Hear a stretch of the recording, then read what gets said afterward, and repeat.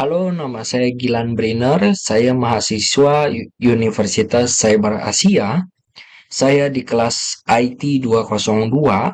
Kali ini saya akan ngebahas atau mempresentasikan website yang telah saya buat dengan tugas yang berjudul membuat sebuah halaman website yang berisikan kurikulum vintage atau CV tentang diri saya. Nah, untuk tampilan dari kurikulum vintage 2021 ini atau 2022 ini yang saya buat, di sini ada about, ada skill, ada education, ada portfolio dan kontak. Untuk tampilannya kurang lebih seperti ini. Nah, untuk kontak ini sendiri kita menggunakan API dari Google Maps itu sendiri ya. Oke, untuk text editor yang saya gunakan itu saya menggunakan Visual Studio. Nah, untuk Visual Studio ini benar-benar berguna banget bagi kita para programmer HTML ya. Sebenarnya ada text editor yang lain, cuman ini menurut saya aja, menurut saya ini text editor yang benar-benar dibutuhkan ya. Yang pertama itu mudah, mempermudah, mempermudah para programmer seperti backend, frontend, dan lain-lainnya. Kenapa saya bilang gitu? Karena di sini ada yang namanya extension. Nah, untuk extension ini bisa kita download ya. Di sini saya belum download. Nah, fungsi extension ini sendiri itu untuk plugin.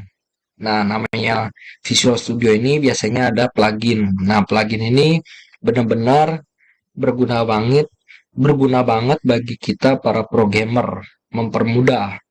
Ada pluginnya, ada macam-macam sih sebenarnya, cuman pada umumnya itu 3 sampai 5 plugin itu udah cukup banget dipakai di Visual Studio ini.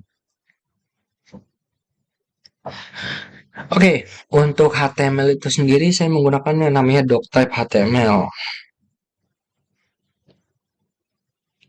Nah, apa sih itu doctype HTML? Doctype HTML ini sebuah tipe dokumen yang memberitahukan si browser ini tentang markup language yang saat ini sedang digunakan di browser itu sendiri.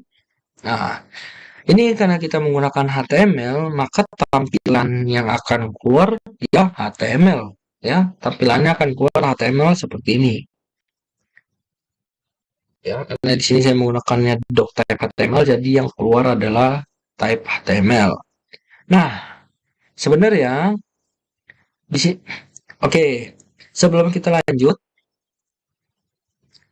oke, di sini saya mau memberitahukan terlebih dahulu karena yang namanya HTML, kalau misalnya kita mau memperbagus, kita akan menggunakan yang namanya JavaScript.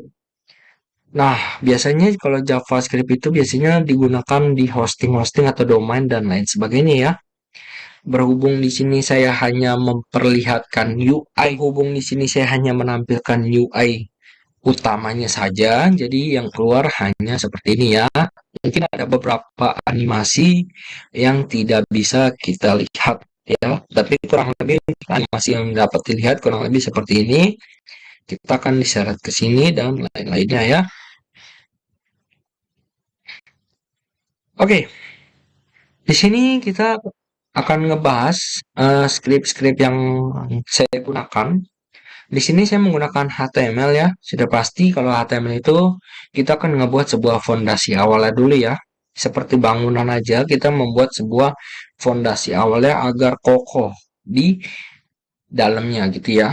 Oke, di sini saya menggunakan yang namanya meta charts untuk UTV min 8 ya. Itu sebuah pengkodean karakter dengan lebar variabel tertentu untuk mewakili setiap karakter komputer. Karakter komputer atau Unicode. Ini sebenarnya guna banget ya. Ini udah pasti banget nih, yang tiga ini kalau membuat sebuah HTML sudah pasti ada di dalamnya ya. Ini udah pasti ada. Dan di sini saya menggunakan yang namanya title.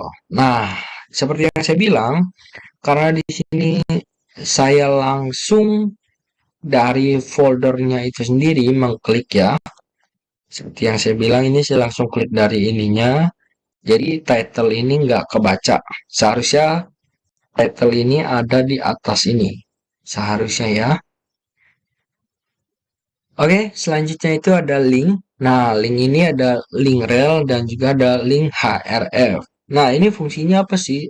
Fungsinya itu membuat sebuah link aktif pada si browser itu sendiri.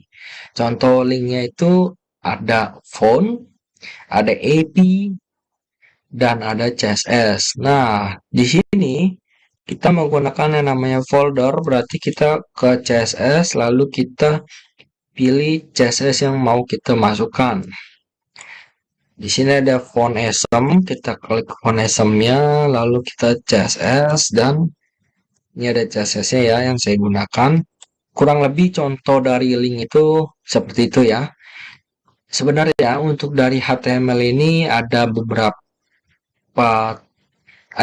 tag pada umumnya.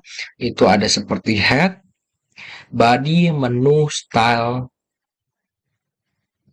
ada footer, dan juga ada script ya. Fungsi script ini sendiri untuk menambahkan si script JSS ya. Oke, di sini kita lanjut ya. Oke, di sini kita ada yang namanya class. Class ini berfungsi sebagai untuk membuat sebuah grup dalam sebuah HTML. Contohnya untuk kelasnya itu sendiri seperti ini, kita dapat membuat sebuah list. Listnya itu kurang lebih dari about, skill, education, portfolio, dan kontak. Lanjutkan lagi, sorry tadi ada gangguan.